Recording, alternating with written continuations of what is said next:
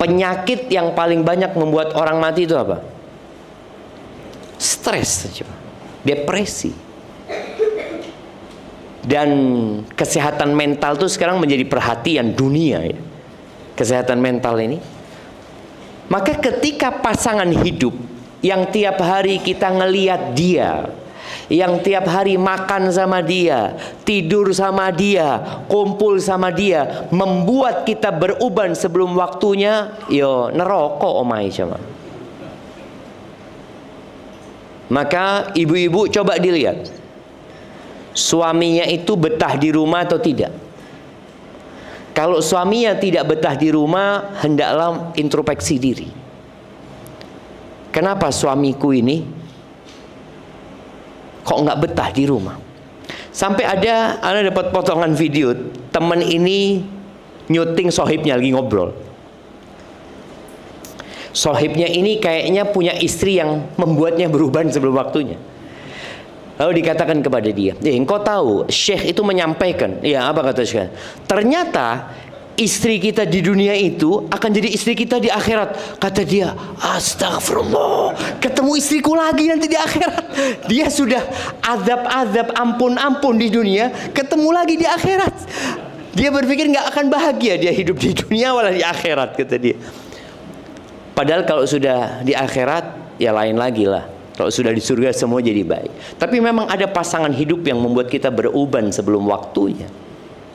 Maka kita perlu berdoa mohon sama Allah Azza wa Jalla. Kita jangan hanya, oh anak berusaha.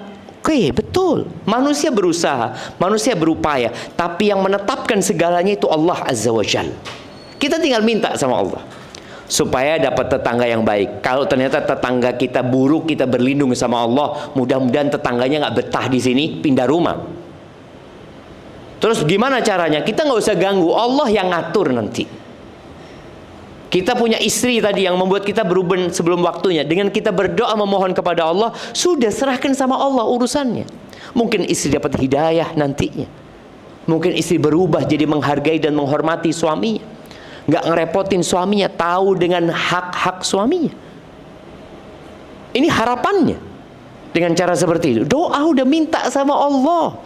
Dan subhanallah jemaah, siapa orang yang jarang berdoa? Siapa? Orang yang kaya. Orang kaya itu nggak pernah mikir besok makan apa.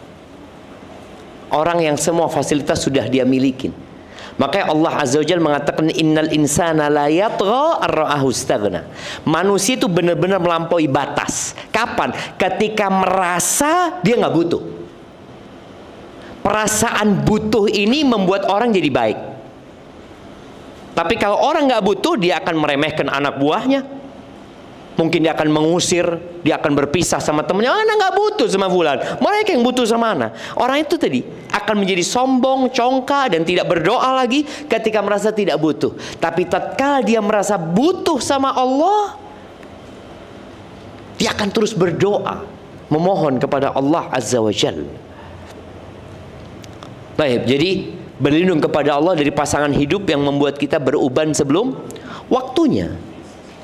Nah, Bapak sudah waktunya beruban insyaallah? Atau dari dulu sudah beruban? Dari sebelum waktunya sampai waktunya gitu. Tapi itu yang kedua. Dan istri yang soleha itu adalah perhiasan terindah di muka bumi ini. Perhiasan terindah di muka bumi itu istri soleha. Ad-dunya mata wa khairu mata'id dunya al-mar'atus salihah. Dunia ini kesenangan. Kesenangan yang sementara. Mata itu kesenangan yang ada batasnya. Dan sebaik-baiknya kesenangan dunia itu ya wanita yang soleha. Baik, yang ketiga, beliau berlindung wa a'udzubika min waladin yakunu alayya rabban. Aku berlindung dari anak yang jadi penguasa atas orang tuanya. Ada anak yang nyuruh-nyuruh bapaknya, nyuruh-nyuruh emaknya. Jadi anak yang kewajibannya berbakti kebalik. Karena kadangkala ada anak yang lebih sukses daripada orang tuanya, atau orang tuanya hidup sama anaknya, sehingga sang anak merasa berjasa, merasa punya budi baik kepada orang tuanya. Padahal kalau semua harta yang dia miliki dia berikan kepada ibunya, belum dia balas rasa sakit ibunya ketika melahirkan dia. Tapi kok tahu-tahu merasa sudah berbuat baik sama orang tuanya, dia memberikan fasilitas kepada orang tuanya? Enggak. Allah mengatakan wa qadha rabbuka alla ta'budu illa iyyahu wa bil walidaini ihsana. Allah sudah menetapkan, ada keputusan Allah, perintah Allah agar engkau tidak beribadah kecuali kepada Allah dan berbuat baik kepada kedua orang tua. Imma yablughanna 'indakal kibara ahaduhuma aw kilahuma fala taqul lahum uffin. Kata Allah, kalau salah satu dari orang tuamu atau dua-duanya berada di sisimu di masa usia senja. Usia senja. Usia senja itu orang sudah butuh sama anaknya, orang tua itu. Tapi ketika muda, anak yang masih butuh sama orang tuanya, orang tua yang masih mensuplai anaknya, masih ya mendukung anaknya. Tapi ada fase di mana orang tua itu nggak bisa lagi kayak dulu. Apa kata Allah? Fala taqul lahum uffin. Jangan engkau mengatakan kepada keduanya uff, omongan yang kesel gitu loh. Dengan perintah orang tua, dengan aturan orang tua, fala taqul lahum uffin. Dengan permintaan-permintaan orang tua, fala taqul lahum uffin. Dengan keinginan-keinginan kemauan orang tua, jangan ngatakan uff kepada orang tua. Wala tanharhuma. Uff aja nggak boleh. Jangan menghardik keduanya, ngangkat suara. Jangan. Terus wa qul lahum qawlan karima. Dan katakan kepada keduanya kata-kata yang penuh dengan penghormatan dan pengagungan. Jadi kosakatanya itu indah, intonasi penyampaiannya merendah. Karena ada anak kata-katanya baik tapi intonasinya tahulah kita, orang lagi kesel ya, ngomongnya nggak enak, walaupun ngomong iya nggak enak. Bagaimana sebagian ulama itu, kalau nggak salah Haywah ya, ketika dia ngomong sama ibunya, dia merendah sekali, sampai orang itu ngomong lagi sakit dia. Enggak, memang seperti ini dia kalau ngomong sama emaknya, kayak gitu dia kalau ngomong sama emaknya. Pernah lagi kajian gini, Haywah itu tahu-tahu emaknya datang, kata emaknya, "Qum ya Haywah, fa'at imid dajaj atau dawajin." Haywah bangun, itu ayamnya dikasih makan. Lagi pengajian jemaah, dipanggil sama emaknya suruh ngasih makan ayamnya, ditinggal pengajiannya. Laung sholat aja dipanggil sama orang tua, putus sholat sunnah itu, apalagi cuma pengajian. Tapi kadang-kala kita kurang menghargai orang tua. Dan ada anak-anak ya mungkin yang masih muda tidak merasakan itu. Nanti boleh jadi ketika engkau sudah tua, engkau punya anak yang kurang berbakti, maka berlindunglah kepada Allah sekarang. Allahumma inni a'udzubika min waladin yakunu alayya rabban. Ibunya suruh gendong cucunya. Loh, ibunya mau, oh lain. Ibu mau gendong itu biasanya sebentar. Tapi ojo dititip no anak ini embai. Capek. Ana masih ingat ya, Bahana cerita di masa lalu itu. Ya ini sudah punya anak-anak, mereka ingin nonton bioskop dulu. Ya mereka belum ngaji dulu. Karena masih punya anak bayi, anak kecil-kecil, maka dititipkan ke mbahnya. Titiplah sama ibunya. Ibunya kan seneng, ya sudah taruh sini cucunya. Berlindunglah dari anak yang jadi penguasa atas orang tuanya. Kemudian itu yang ketiga. Yang keempat, wa min malin yakunu alayya azaban. Dari harta yang jadi azab buat kita. Duh, seharusnya harta itu kan menjadi faktor orang itu bisa bersenang-senang. Tapi ternyata ada harta yang jadi azab. Nih orang punya harta nggak bisa nikmatin hartanya. Kadangkala cleaning service lebih nikmat hidupnya daripada pemilik perusahaan tersebut. Kenapa? Cleaning service pulang bisa istirahat, ketemu sama anaknya. Ada bos ini sampai rumah sih ngurusi hartanya. Ngurusi ini, ngurusi itu. Akhirnya anak-anak itu sampai merasakan, bapakku ini sakti, kata dia. Loh kok iso? Iya, bapakku itu al-hadir al-ghaib. Fisiknya hadir, tapi jiwanya nggak ada. Nggak ada di rumah. Gara-gara harta. Atau harta ini membuat kita jauh dari Allah. Seharusnya ya, dulu pada waktu ana masih mahasiswa, ana berpikir orang kaya itu enak ya, beribadah sudah tidak mikir lagi. Sebelum azan sudah di masjid dia, bisa umroh tiap tahun, ya mungkin haji tiap tahun, udah enak sudah. Karena buka keran keluar fulus gitu loh. Sedangkan orang miskin ini kan ya apa mau pengajian, sama bosnya tidak boleh. Tapi ternyata ada harta yang tidak mendekatkan pemiliknya kepada Allah Azza wa Jalla. Dia semakin jauh, semakin kaya semakin jauh. Anggap dulu sebelum kaya raya masih soft pertama. Setelah tambah fulusnya soft kedua. Setelah buka cabang usahanya masbuk. Imam sudah assalamualaikum baru datang. Setelah tambah kaya full kekayaannya, nggak lagi ke masjid. Kenapa? Sibuk ngurusi hartanya. Seharusnya harta itu engkau pakai untuk kesenanganmu. Anda ini diazab sama hartanya. Yaqulu ibnu Adam mali mali. Anaknya Adam mengatakan, hartaku, hartaku, itu rumah milikku, itu tanah milikku, itu mobil milikku. Apa kata Nabi SAW?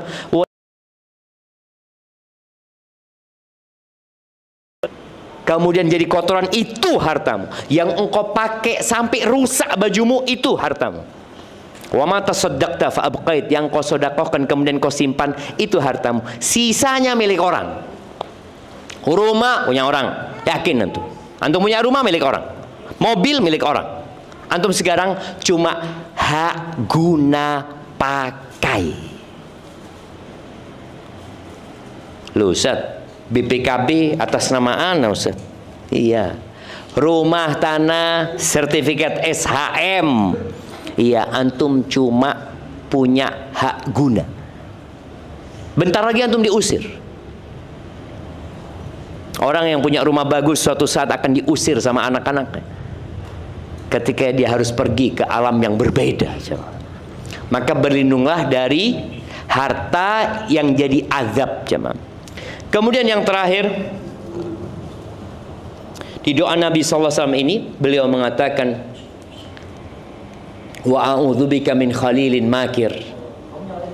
Aku berlindung kepadamu ya Allah dari kawan dekat yang pandai bermakar. Kita itu nggak tahu dengan sekeliling kita ada orang-orang yang kadang-kala pura-pura baik sama kita aja. Ada kawan-kawan yang pandai bermakar. Ainahu tarani wa qalbuhu yar'ani. Matanya selalu memperhatikanku, dipandangi terus aku, dan hatinya selalu mawas sama aku. Dia itu kayak intel yang ngawasin kita. In ra'a hasanatan dafanaha. Kalau dia lihat kebaikanku, dia tutup-tutupi. Wa in ra'a sayyi'atan adza'aha. Kalau dia lihat keburukan, smile. Kif halak? Kalau dia lihat keburukan, dia ceritakan ke orang lain. Hati-hati sama kawan-kawan di sekitar kita. Maka berlindung kepada Allah ya. Jadi 5 hal tadi itu. Yang pertama apa? Tetangga yang buruk. Yang kedua, istri yang membuat kita beruban sebelum waktunya. Atau kalau istri yang berdoa ya suami gitu kan, yang membuat dia beruban sebelum waktunya. Yang ketiga, anak yang jadi penguasa atas orang tuanya. Yang keempat, harta yang jadi azab buat pemiliknya. Yang kelima, kawan dekat yang pandai bermakar ya. Barakallahu fiik, itu mungkin dapat Anda sampaikan. Kurang lebihnya mohon maaf. Mungkin kalau ada pertanyaan, Anda persilahkan. Tafadhol.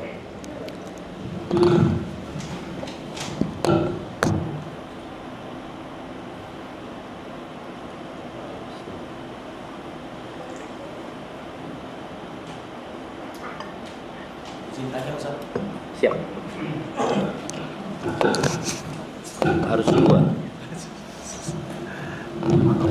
Tes. Ya, assalamualaikum warahmatullahi wabarakatuh. Izin tanya Ustaz. Tadi dijelaskan untuk doa ya. Dan juga dijelaskan memang orang yang terlemah adalah orang yang tidak berdoa, tidak bisa berdoa, betul Ustaz.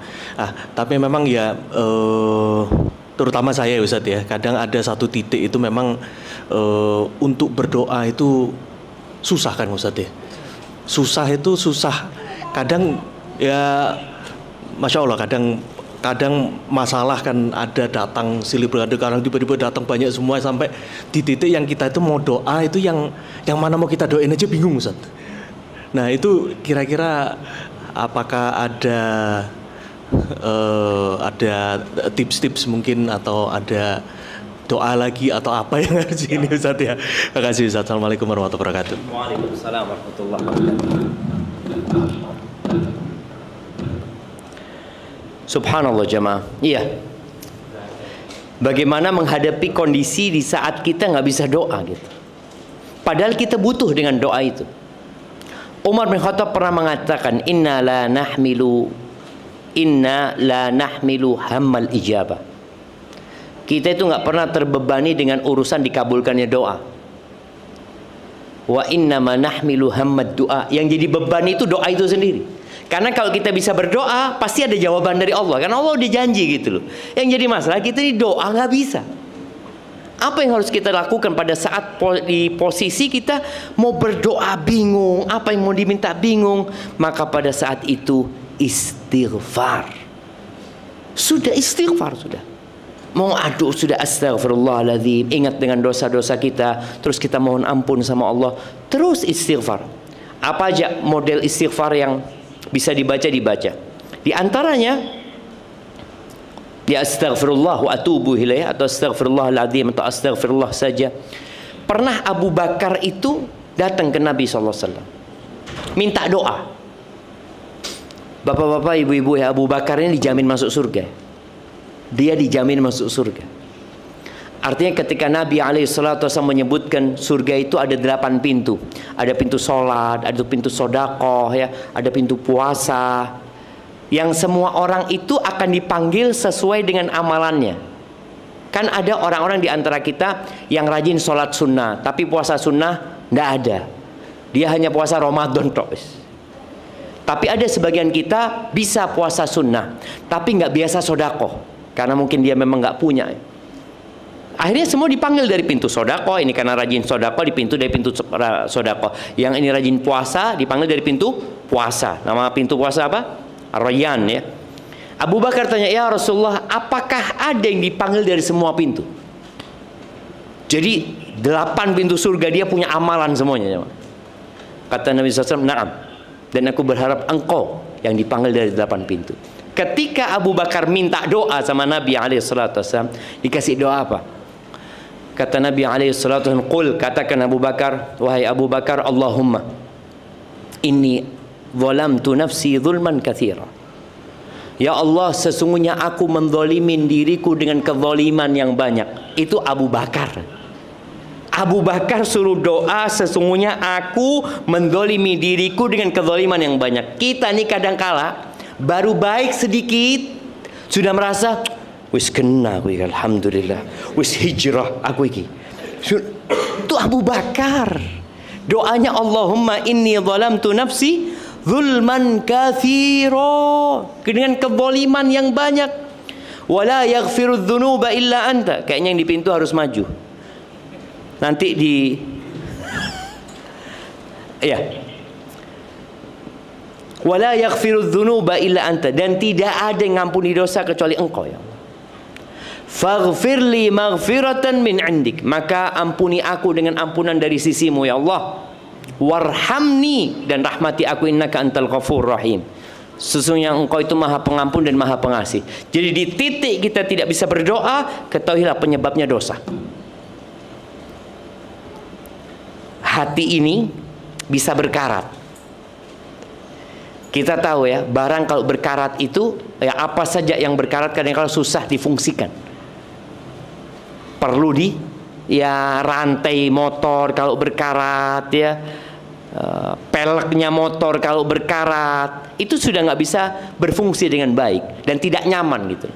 Maka yang perlu kita lakukan adalah memohon ampun kepada Allah, perbanyak istighfar. Udah nggak usah minta yang lainnya dulu. Bahkan dengan istighfar itu urusan dimudahkan sama Allah Azza wa Jalla. Salah satunya Allah bukakan pintu-pintu doa. Kemudian setelah istighfar, minta sama ya Allah, bukakan buat aku pintu doa ya Allah. Aku mau minta sama Engkau ya Allah. Seperti itu insya Allah. Semoga Allah mudahkan. Barakallahu fikum. Nah, tafadhol yang lainnya.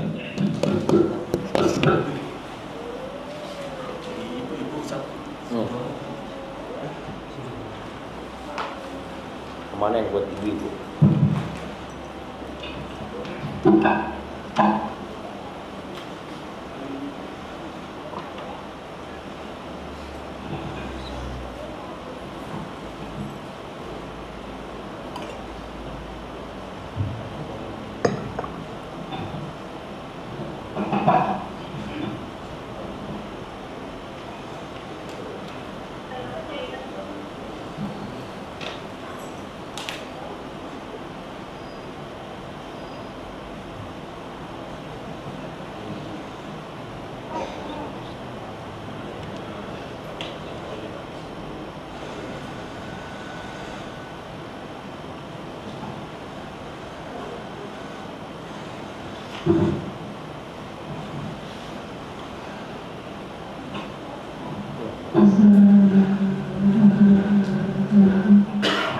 Waalaikumsalam. Saya pernah